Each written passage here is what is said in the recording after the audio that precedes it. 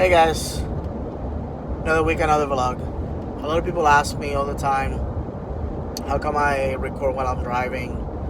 And the fact is that I travel all over Florida and Georgia, and usually these are the times that I have to be at peace and dedicate time to record. Since the last vlog that I posted, I had dedicated about 10 minutes of the end of my podcast, Tiro de Esquina, to talk a little bit about the league. And myself and my partner Kenneth, we talked a little bit about the problems that Miami and Nashville were having, issues with getting enough season ticket holders, market awareness, market excitement, etc., etc. And we got bombarded by Miami fans talking trash to us because I started my discussion saying, hey, have you noticed that the Miami fans are very quiet? You know, they used to come into our feed for our podcast and talk trash, and you used to see them in Orlando City timelines talking trash, and then all of a sudden, zero. Why? Because it's December 16th when I'm recording this, and they have no manager. They have 12 players that they picked up in the expansion draft, and they traded for or signed outside the league, and that's it. And that's problematic because if you guys remember, Minnesota United basically did the same thing, where they didn't have a manager until it was way too late in the year. They put a team together and it wasn't that successful. But let's be honest, nobody expected Minnesota to do big things, because before Atlanta and LAFC came into the picture, teams that were expansion teams were expected to do poorly and not be that successful, and that was the end of that. So when Atlanta came in and LAFC the year after that, basically changed the expectations.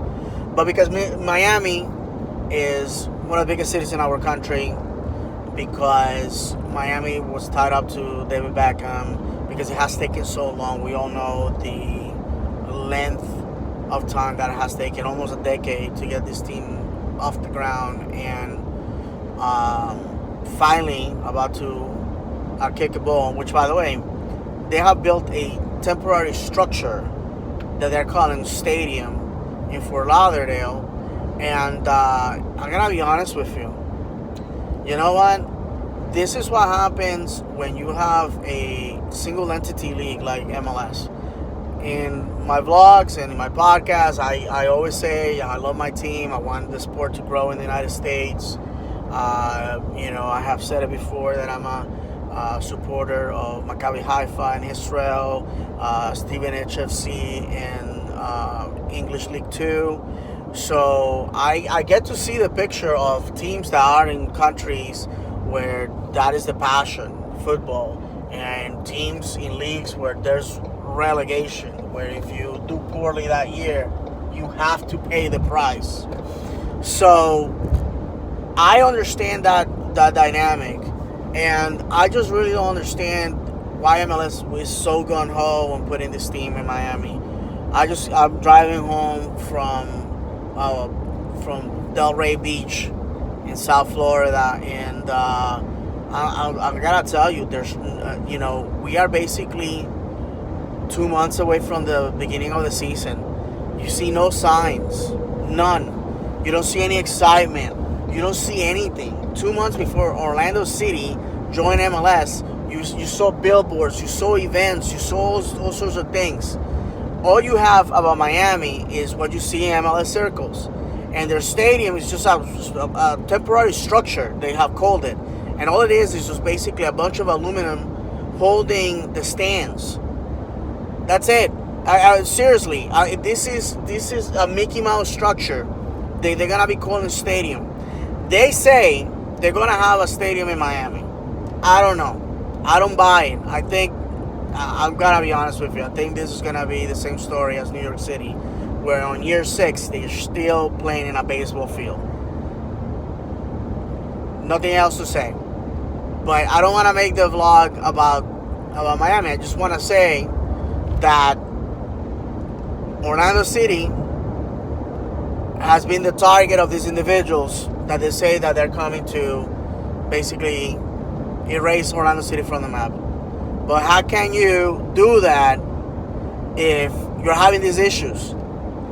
They were saying, oh, we're going to hire the best manager money could buy. And right now, Jason Christ. Woo! Jason Christ is in the running for these dopes to have a manager. Jason Christ, the man that basically destroyed Orlando City single-handedly, that got fired from New York City in year 1 after failing to make playoffs. That's the guy that I pray to God that they end up with Jason Christ. I really do. I hope so, because if they do, then it's gonna basically complement the fact that their front office is completely, my friends, assembled by former Orlando City staff. I mean, like the groundskeeper, the communications person, the HR. I mean, like all these people are Orlando City rejects. And let me tell you some Miami fans that love to go into the timeline of Orlando City, love to go into the timeline of my podcast, my personal timeline. This is the issue. You realize that these people are the engineers of the debacle in the last 5 years. These are the people that put up a poor on the field product, and you want them and you got them. Don't tell me that Jason Christ miraculously is gonna start winning games because your owner has more money. It's just not gonna happen. If you're crap, you're crap. That's all I have to say. I thought it was funny, and I'm gonna enjoy it if they end up at the bottom. If they end up, because all the animosity that Orlando City fans have against Atlanta, they can't match because we don't have the money they have. But Miami took a lot of trash, thinking, oh, well, we're going to be just like Atlanta. And if you're not, guess what? Orlando City is going to take all that pent-up anger and just dump it on you. So let's start praying for a Christmas Hanukkah miracle this December, that you end up with some good players and a reputable manager. Otherwise, I'm already telling you, I'm going to be insufferable online, and I'll be in your head rent free. So just heard the news that MLS is going to be expanding to the city of Charlotte, which is something that to me was very natural that it was going to happen, because it's basically the link between the teams in the southeast and the northeast. MLS had this desire to have a strong presence in the southeastern United States. It's one of the regions with the most population in the country, and it just makes natural. It's not natural that they want to expand in areas where there's a lot of people. That, to me, is a little troublesome, because I don't know how effective Charlotte is going to be. I know they had teams in the past in USL. Orlando City definitely battled with the Charlotte Independents and Charlotte Eagles. As a matter of fact, Charlotte Eagles was the opponent in the mythical 2013 USL Championship that Dom Dwyer scored the 4 goals, and I honestly do not think MLS for Orlando would have happened had it not been for that game at home, and for the amount of people that showed up to it, which was 21,000, and at the time a record for minor league soccer in the United States. MLS keeps growing. With Charlotte, that is 6 teams scheduled for annexation to MLS in the coming years, and that means 30 teams in the league right now. 30. I am a little bit concerned about that because I don't want MLS to grow to the point where it's gonna fail. It's gonna be too big. Um, American sports are very tricky. Americans do not like to support anything they feel is minor league. Americans don't like to support anything that they feel that is not good. That's why a lot of people like to point out the successes of teams that have joined MLS and are successes right away, and that's great. I'm a football supporter first.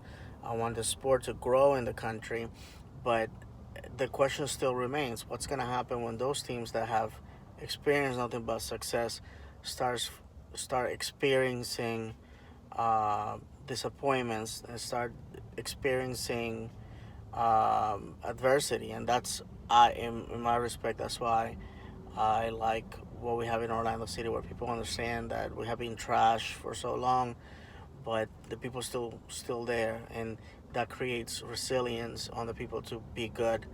Um, MLS has said that they want to go to 32 teams. That to me says that there's 2 teams still out there to be picked, and at that point, what do we do with a league that massive? We're already, with the 2 teams that are coming up next year, Miami and Nashville, we have been told that each team is not going to play 3 other teams. Well, that's how could you call yourself a champion if you didn't get to play everybody? And you know it's gonna happen that if a team gets to skip the furthermost trips away from home, then people are gonna say, "Well, that was favoritism. You picked this. The MLS wanted this team to win, so of course this team did not go to Vancouver. Of course this team did not flew cross country to New York because MLS wants them to win." And that's one thing that I think is troublesome if we are not going to have a league where every team sees each other. Are they the valid champion? Are they champions with an asterisk on it? So I don't know. I don't know the answer to that. I think hopefully MLS will figure it out. But I used to be one of those guys like, oh, pro relegation really doesn't matter. But as I've been following closely my team in England, which is in 4th division, my team in Israel, which is 1st division, I see the advantages of the pro relegation system, because when you get promoted, you have to meet a certain criteria that you cannot sidestep. You have to have the funds for the type of players you want to hire. You have to have the funds for the proper facilities. You have to grow, etc., etc. And when you get relegated, it's not punishment. It's an ability to figure out what went wrong, fix it, and try again. So you always have in the 1st division top quality. For teams that never get relegated, teams that remain at the top, is because they're pumping billions into the team. And not only that, they are world brands at that point because they are expected to succeed. And there's going to be teams that are going to be going up or down the ladder. That's just the nature of it. And also, it creates the ability for teams to disappear.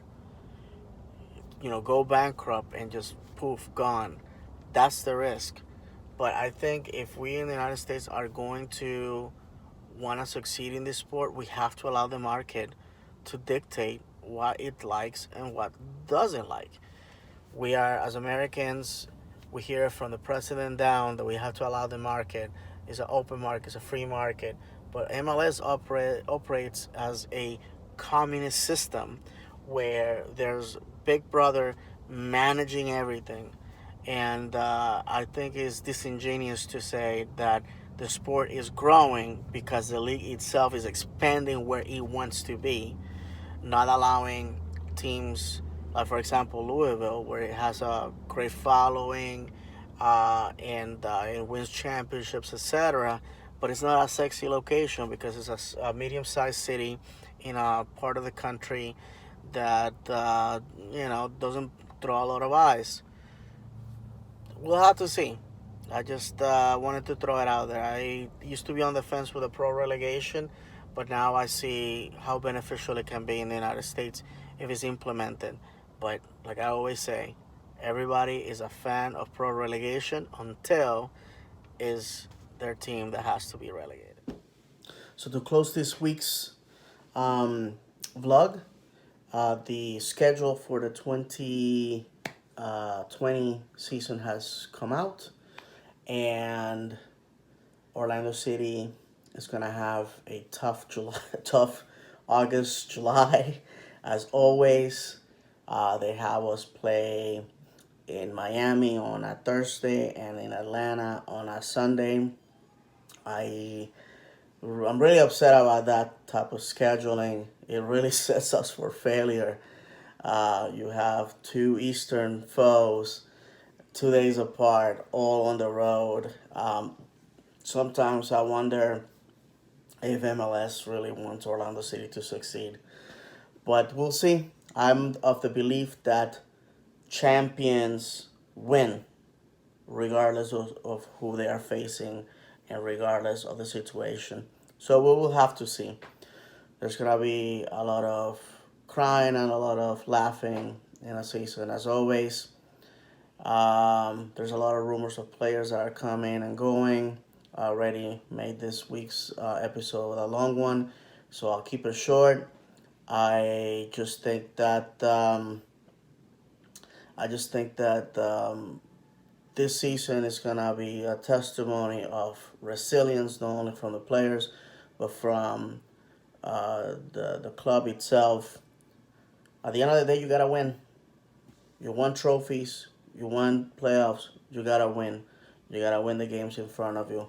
We're not playing San Jose, Seattle, and LAFC this year. I think that's a travesty to the league that all the teams don't get to play each other. It reduces the value of the supporter shield.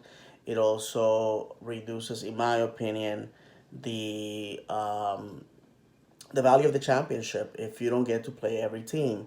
Especially, Seattle is the champion. Seattle this year had to travel to Orlando, so did San Jose, and LAFC is one of the best teams out there. I think that it's not good. Some people are like, oh great, two of the best teams, we avoid them. Doesn't mean anything really. You never know. This year, the team may be very good, but we will never know because we're not gonna play those guys. And that's it for this week. Thank you for joining me again. Let's see what next week brings to Orlando City.